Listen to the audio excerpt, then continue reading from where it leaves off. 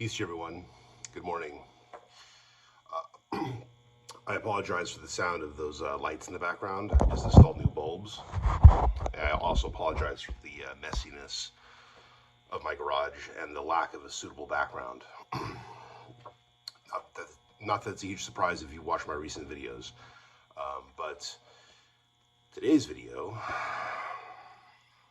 on Creek Religion and Medicine by John R. Swanton. Now, I mentioned this in a previous video about the White Earth Travel Town.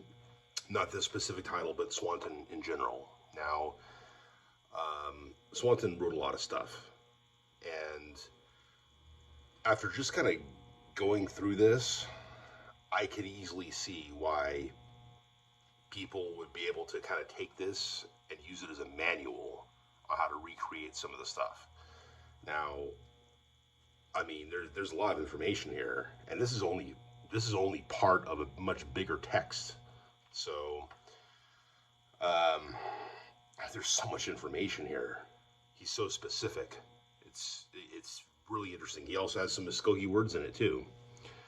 He doesn't have the songs. What I mean by that is he doesn't have like the medicine songs. So, alright, so this video is going to be a brief video. Even if it goes for 20 minutes, that'll still be a brief video because there's so much stuff in here. Like a short video is just not going to encompass anything. A long video is not going to encompass this entire book, especially when you have a necessary commentary that has to occur. Okay, I will say this much though, and this is something that one needs to know when getting this particular copy of the book, is general remarks start on page 477. So yeah, it begins on page 477. Because this is a section, I realized, from a bigger book. Now, there is a book I looked at the Okmulgee, Oklahoma Archive that actually covers the square grounds. And there is a separate book that you can get, I guess, you can get it, that covers that same stuff. I need to get that book. I found this for cheap on some used bookstore website. I paid $8 for this. This is like a 30-some-odd dollar book. So, if you go on Amazon, you're paying like $32. You might get free shipping, but you're still paying more. I paid like $4 shipping. I paid $12 for this book. The problem is there's no other copies of this book out there on that same site at the moment. But so I happened to be lucky when I found this. Information that you want to be aware of before actually delving into this, or by making rather any prejudiced assumptions about the book. Okay, got my notes. Okay, so he uses a number of written and living sources. So what I mean by that is, okay, he goes over sources from James Adair, who just a bit of background on his life. He's born in 1709, Ireland, supposedly, died 1783 in North Carolina. So he wrote during that time period about Creeks, about Chickasaw, about different people, but he mentions the Creeks, right? Benjamin Hawkins, who was a Creek agent for the U.S. government, 1754 to 1816, that was his lifespan. So during the later part of that is when he was writing his stuff, okay? Swan, who I'm not previously familiar with, I need to maybe go through this and research more about who that guy is, but that's a source. William Bartram, who lived between 1783 and 1823, again, during the later part of that time period is when he would have been writing about the Creeks. There's also Achilles' Migration Legend, which may or may not be the little book that I have that I know I've done a video on a while back that I need to do some follow-up videos on because I want to do a full reading of that book. It's National Legend of the Chata Muskogee People. I don't know if that's the same as this. I think Achilles' Migration Legend, just reading that in this, just reading the title of it, reminds me of that book that I'm pretty sure I have. I just haven't gone through it. I apologize. Those are some of his written sources. These are scholarly sources. White men who wrote down their observances. Whether they were interpreting this stuff correctly at the time is really the question. But obviously, if you see X, Y, or Z thing happening right in front of you, you write down what it is that you saw. But whether what's happening is what you think it is. Like, for example, Pocahontas saving John Smith's life. Well, the descendants of the Powhatan people say, no, that's actually part of a ritual of adoption. He wasn't really in danger. She was actually part of the ritual of saving, of adopting him into the family, supposedly. But again, that might be a later legend. I have to look more into that. There might even be an earlier written source confirming the same thing. I don't know. There's more written stuff about that era about Pocahontas's relatives than I was previously aware of. So there's a lot of stuff to be said about that, and that's a whole different video, whole different tribe, whole different situation. I won't get into that here any further. Just suffice it to say that what you see might actually not be happening for the reasons that you think they're happening. So I want to give that amount of credit to these men, but also not as much credit. Because you're going to have people in Muskogee Nation who are going to say, well, these are Stedke.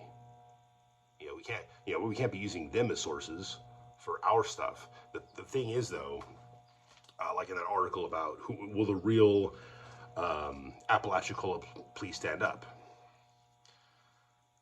The author is right to criticize some of these so-called Eastern groups of Creeks, but at the same time is maybe not completely right when criticizing Swanton. And the reason I say that is because among his living sources, and again, if you look at the book, you got photographs. You got photographs of busk. You got women's dance at Ochai, 1912. Okay, you have photographs, real-time photographs happening. Apparently, the photographs kind of suck. They really are kind of not the best. But I mean, you can still tell that's a dude holding a drum. You can still see,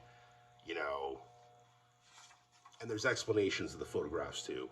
So, I believe that was written in the 1910s. I can't find an approximate or an exact date in the book, at the beginning of the book at least. Maybe somewhere else in the book it'll be there. But among the sources, one of the most important ones is Jackson Lewis, who, by the way, was the great-grandfather of David Lewis Jr., who wrote this book. Now, David Lewis Jr. was saying, oh, I'm the last initiated medicine man, or primary medicine man, or medicine maker, right? He was making some certain claims that others have contested. And I actually spoke to somebody at, at Cree Nation. I'm trying to remember who it was I spoke to, but she said that the claims were a little bit contested. Like, not everything he said is actually necessarily true. Some are actually contesting it. Like, at the time, there was Amos McNack, who's a recognized medicine man at Muskogee Nation, and this is around like 2011, I think, is when this conversation took place. Anyway, back when this was being done, about the better part of a century prior to this book being written or published, Jackson Lewis was saying that he was basically one of the only fully initiated medicine men or medicine makers. So this type of we are the dominant, it wasn't like David Lewis Jr. says he's not bragging, but you do have a commonality here in terms of the claims of either we're the last or we're the primary, we have the full training and others don't. That latter part might be correct in the case of Jackson Lewis's claims, but I don't know for sure. Anyways, he's quoted profusely in this book by Swanton. Also, Sanger Beaver, who I don't know much about. William Berryhill, I also know nothing about him. I'm curious if he's related to the late Mike Berryhill, the bowmaker. I'd have to do some more research on that. G.W. Grayson, George Washington Grayson, who lived 1843 to 1920. This guy was alive at the time of this book, or at least the photographs in this book. So, and I don't know if he's using him directly by talking to him personally, or if he is citing writings of Mr. Grayson. That I don't know. But I'd be curious to find out. All right. Then you have Silas Jefferson. Okay.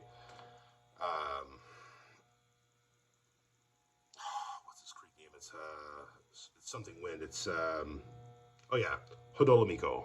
Okay, the one who he has become the poster child of the freedmen, even though he was not a freedman. His mother was Creek. He was born at Tuskegee in 1835 in the Old Creek Nation. Died in 1913. So he's someone that I believe Swanton actually spoke to. He's someone who would have known stuff, and you know, he's a source. So Swanton's using some important, at the time, living sources, and then some written sources that are dead. So he does a bit of a combination of all of the above. It's not all just the living people today. He is kind of comparing it to previously written stuff. So from a scholarly standpoint, he's actually doing a really good job trying to gather to the best of his ability this information. Now, I mean, yeah, there's going to be critique. And I'm going to go ahead and read this whole book and really give it more of, give it a better review in the future. I really want to get the other books or the other portions of the original book that Swanton did. And that way, I'm not just starting with, page 477 and ending in, let's see, page 667 as far as the stuff that he actually wrote, although the supplementary notes in page 670. And then there's other, hold on a second, something's off here. It says index page 859.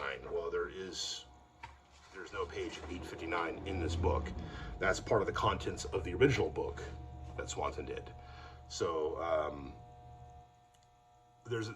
I'm assuming that index is part of the bigger volume. Okay.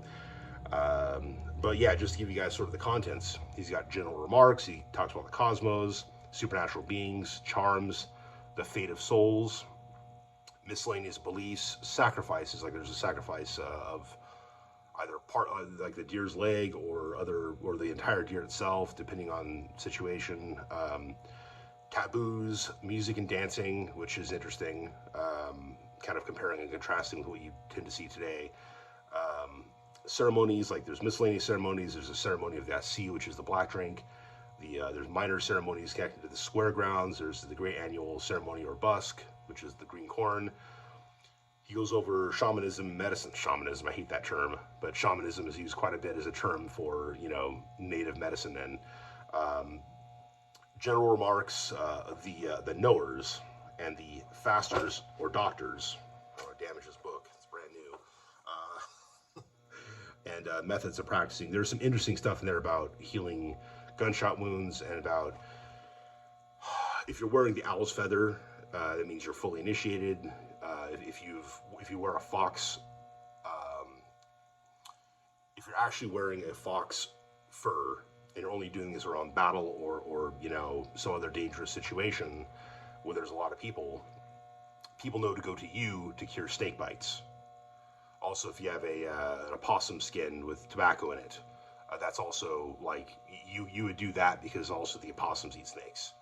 So these creatures that eat snakes, that's a symbol for, they eat snakes, so you wearing their stuff means that you know how to fight snake bites, essentially. So very fascinating stuff. Okay, a lot of stuff has gone into there.